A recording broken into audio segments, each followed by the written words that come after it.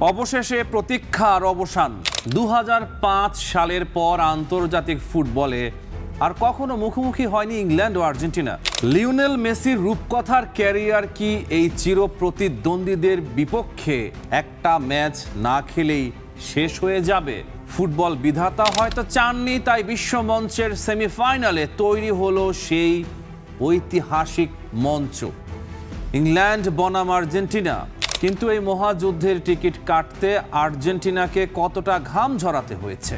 কানসাসের মাঠে সুইজারল্যান্ড তাদের প্রায় টুর্নামেন্ট থেকে ছিটকে দিচ্ছিল।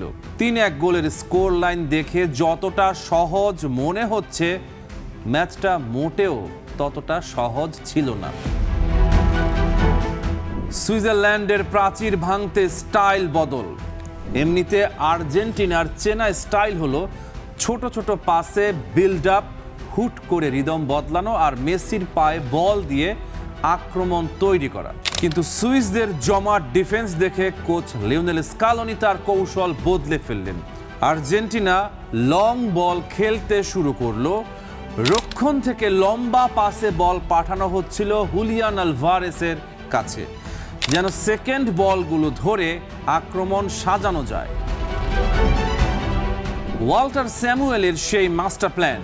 ম্যাচের প্রথম গোলটা কোনো জাদুকরী পাস থেকে আসেনি, এসেছে নিখুঁত এক সেট পিস থেকে।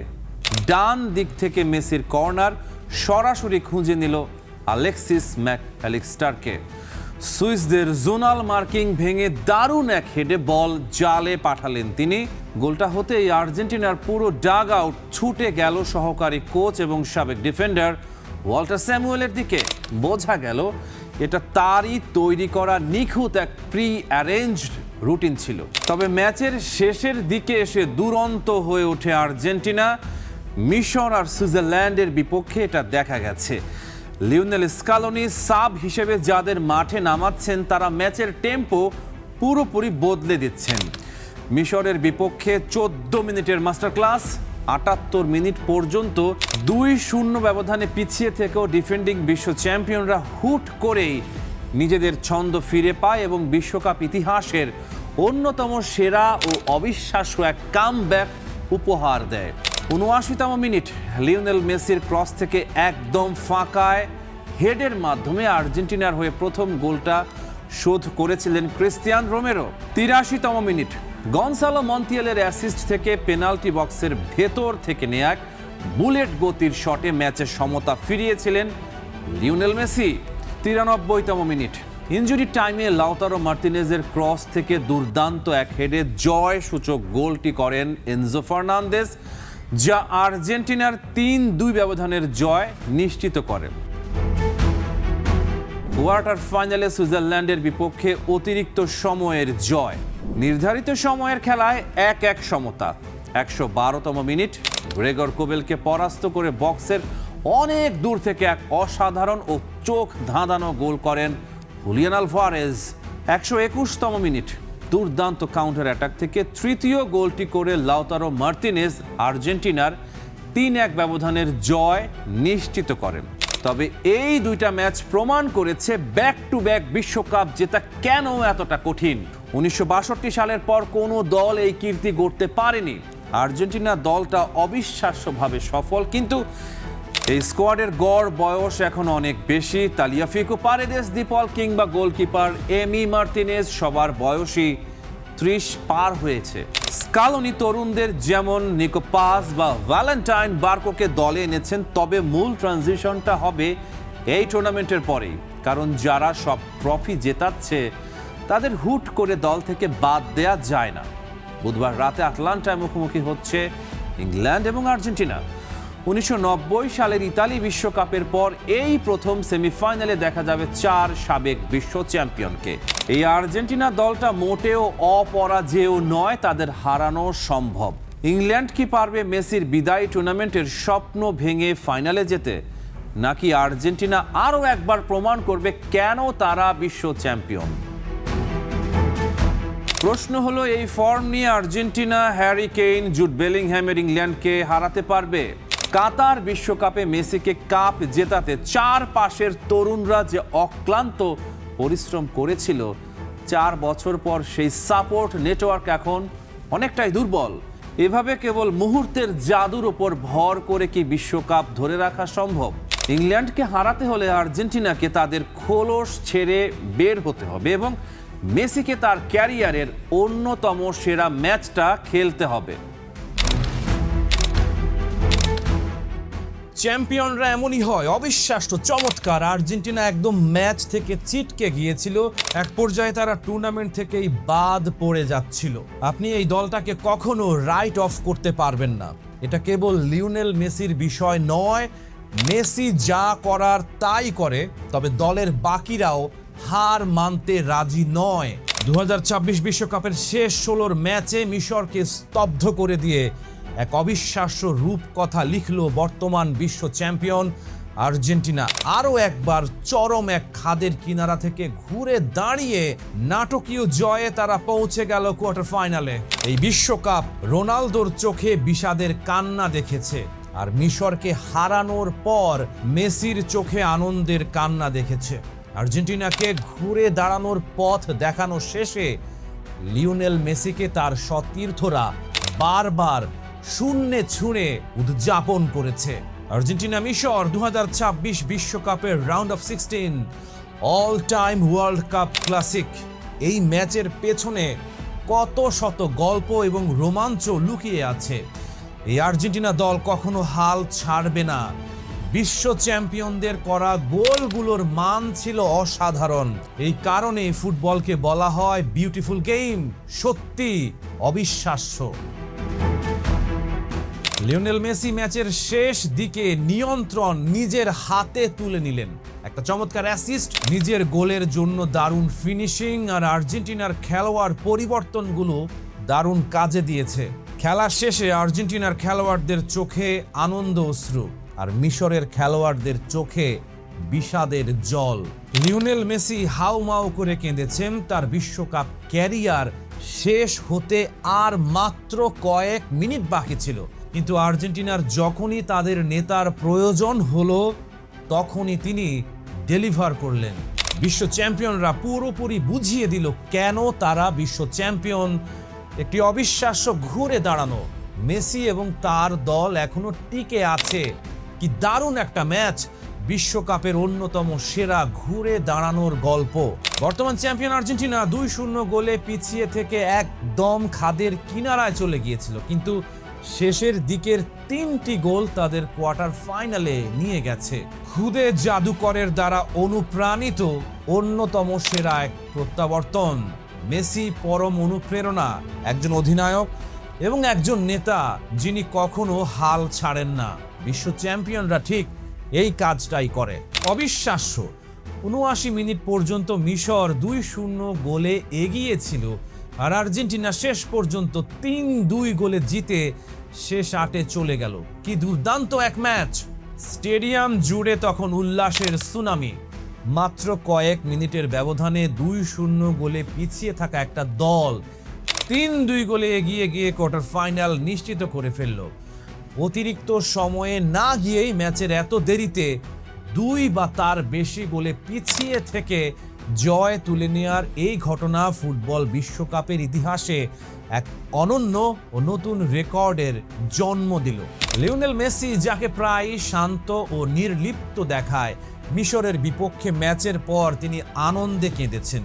4 মিনিট 18 সেকেন্ডের ব্যবধানে তার একটা অ্যাসিস্ট ও একটা গোল দলকে সমতায় ফিরিয়ে আনে এবং যোগ করা সময়ে এনজো ফার্নান্দেজ জয় নিশ্চিত করেন। আর্জেন্টিনার জন্য উল্লাস ও স্বস্তির এক মিশ্র অনুভূতি। আর্জেন্টিনার 4র্থ বিশ্বকাপ জয়ের স্বপ্ন এখনো বেঁচে আছে। মিশরের যেন বিশ্বাসই হচ্ছে না, কারণ তারা 2-0 গোলের লিড ধরে রাখে 79 মিনিট পর্যন্ত।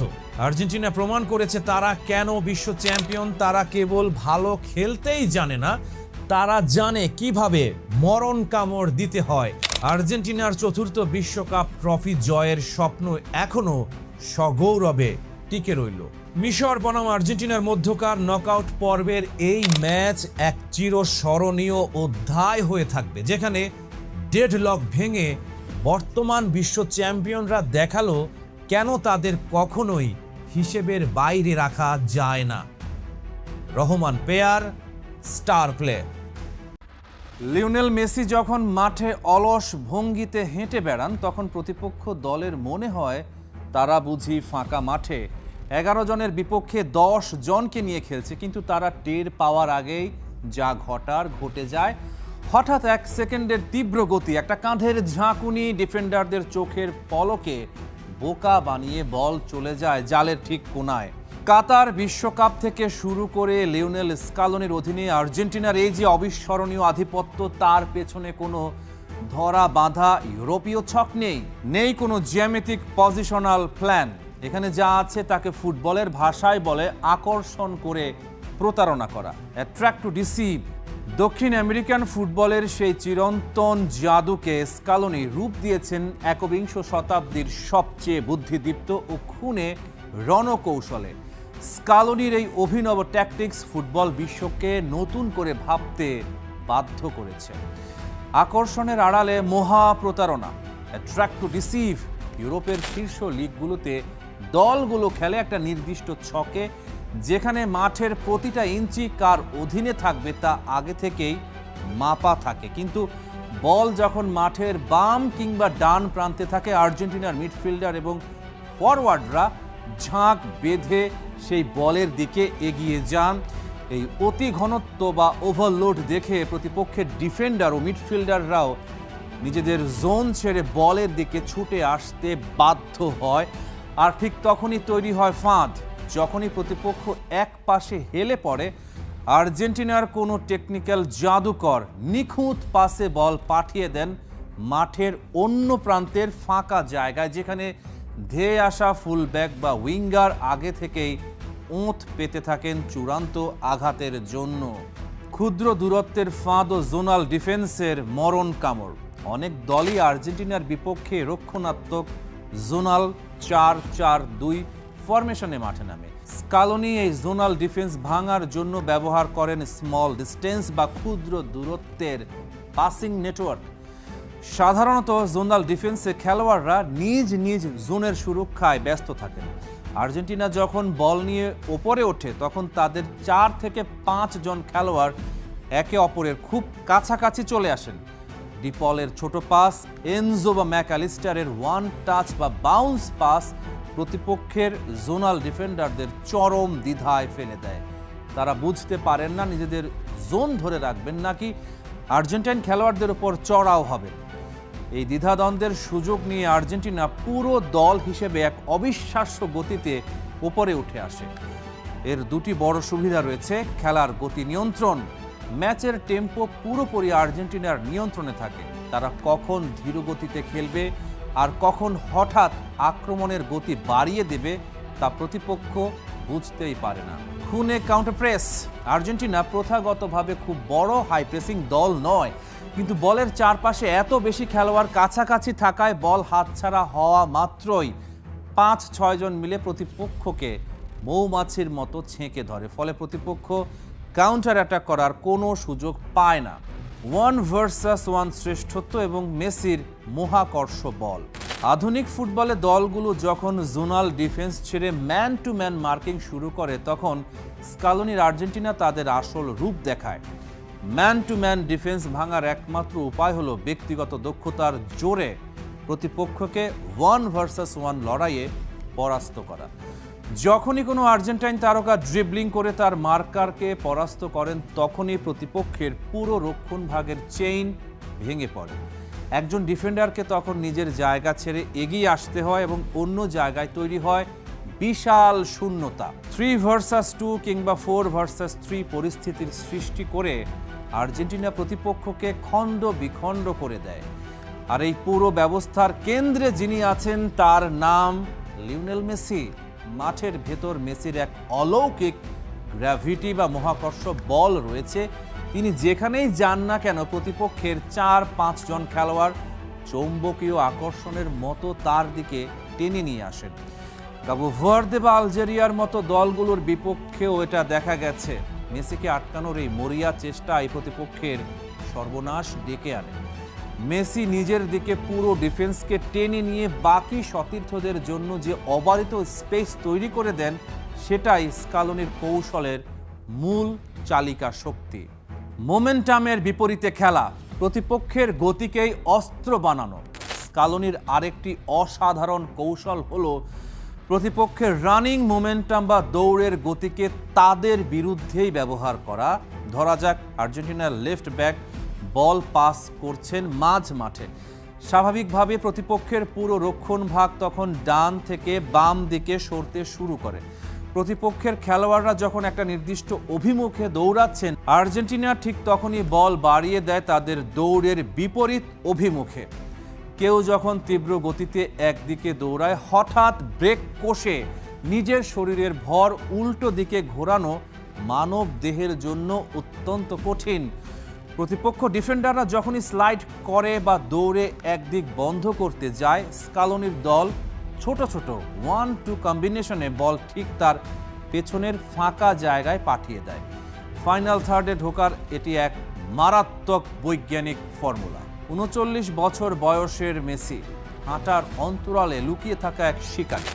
39 বছর বয়সী লিওনেল মেসি ম্যাচের প্রায় 60 ভাগের বেশি সময় কেবল হেঁটে বেড়ান।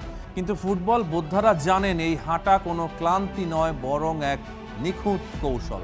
তিনি হাঁটতে হাঁটতে মাঠ রিড করেন, ফাঁকা জায়গা খোঁজেন এবং সঠিক মুহূর্তের অপেক্ষা করেন।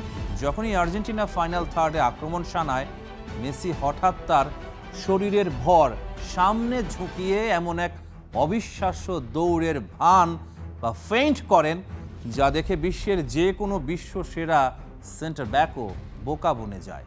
ডিফেন্ডাররা যখন ভাবেন মেসি বক্সে ঢুকে কাট ইন করবেন এবং তারা গোল লাইন বাঁচাতে মরিয়া হয়ে পেছনে ছোটেন, মেসি তখন চতুর শিকারীর মতো বক্সের ঠিক প্রান্তে নিজের গতি থামিয়ে দেন। ডিফেন্ডাররা গোল পোস্টের দিকে ছুটে যান আর মেসি বক্সের বাইরে সম্পূর্ণ ফাঁকায় দাঁড়িয়ে থাকেন। উইং থেকে আসা মাইনাস বা কাটব্যাক পাস যখন মেসির পায়ে এসে পৌঁছায়, তখন তার সামনে কোনো বাধা থাকে না। স্কালোনির আর্জেন্টিনার এই ফুটবল কোনো নিখুঁত রোবোটিক ফর্মুলা নয়, এতে খুঁত আছে। মাঝে মাঝে প্রতিপক্ষ কাউন্টার প্রেসিং ভেঙে ফেললে রক্ষণ ভাগে ফাটলও ধরে, কিন্তু এই দলটার সৌন্দর্য এটাই, তারা কোনো তাত্ত্বিক বইয়ের পাতা দেখে খেলে না, তারা খেলে তাদের খেলোয়াড়দের সহজাত প্রবৃত্তির ওপর ভর করে। 4 বছর আগে কাতারের মরুভূমিতে সৌদি আরবের কাছে যে চোট খেয়ে আর্জেন্টিনা বিশ্ব জয় করেছিল, মায়ামিতে কাবো ভার্দের জানবাজি লড়াই আর্জেন্টিনাকে সেই একই ওয়েক আপ কল দিয়ে গেল। কাবো ভার্দে 2 বার সমতা ফেরালো, ম্যাচ গড়ালো অতিরিক্ত সময়ে, আর শেষমেশ 3-2 গোলে কোনো রকমে বাঁচলো বিশ্ব চ্যাম্পিয়নরা। প্রশ্ন উঠছেই, এই দল কি সত্যিই আবার বিশ্বকাপ জেতার মতো জায়গায় আছে?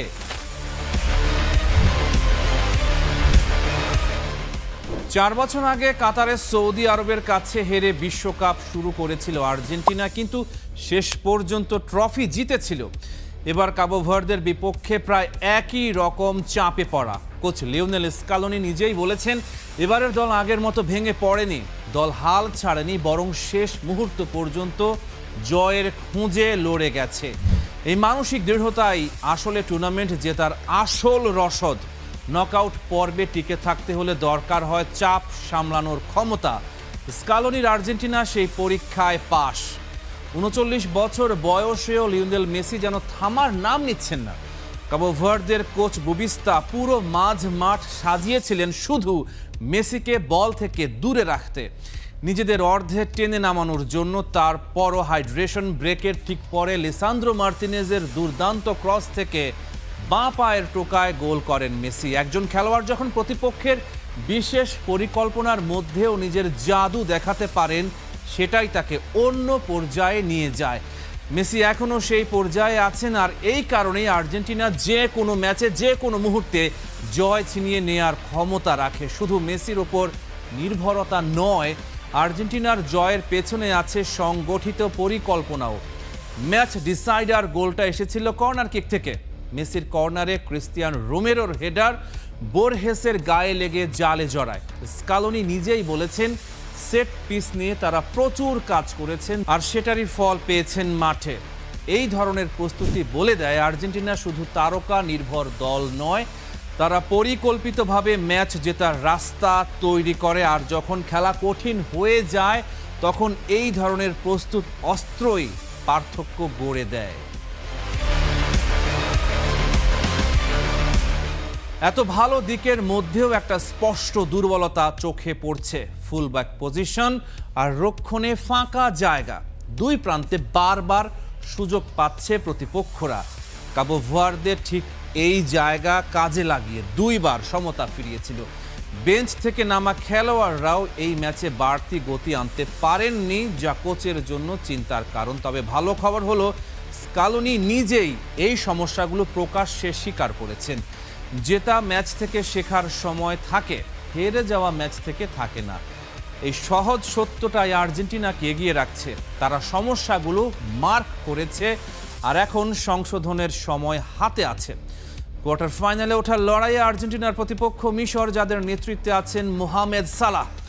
মিশরও ঠিক সেই জায়গাতেই আঘাত হানতে পারে যেখানে আর্জেন্টিনা সবচেয়ে দুর্বল, উইং প্রতিরক্ষায়। এই ম্যাচ তাই আসল পরীক্ষা হয়ে দাঁড়াবে। কাবো ভার্দে ম্যাচ থেকে পাওয়া শিক্ষা আর্জেন্টিনা কতটা কাজে লাগাতে পারে।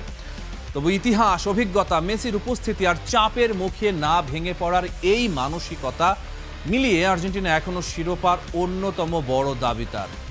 বিশ্বকাপ জেতার জন্য একেবারে নিখুঁত হওয়া লাগে না, লাগে ঠিক সময়ে ঠিক জিনিসটা করার ক্ষমতা। আর সেটা এই দলের মধ্যে আছে বলেই প্রমাণ পাওয়া যাচ্ছে বারবার। ট্রফি ধরে রাখার পথ সহজ হবে না, প্রতিটা ম্যাচেই লড়তে হবে দাঁতে দাঁত চেপে। যে দল কঠিন সময়ে ম্যাচ বের করতে জানে সেই দলই ইতিহাস করে।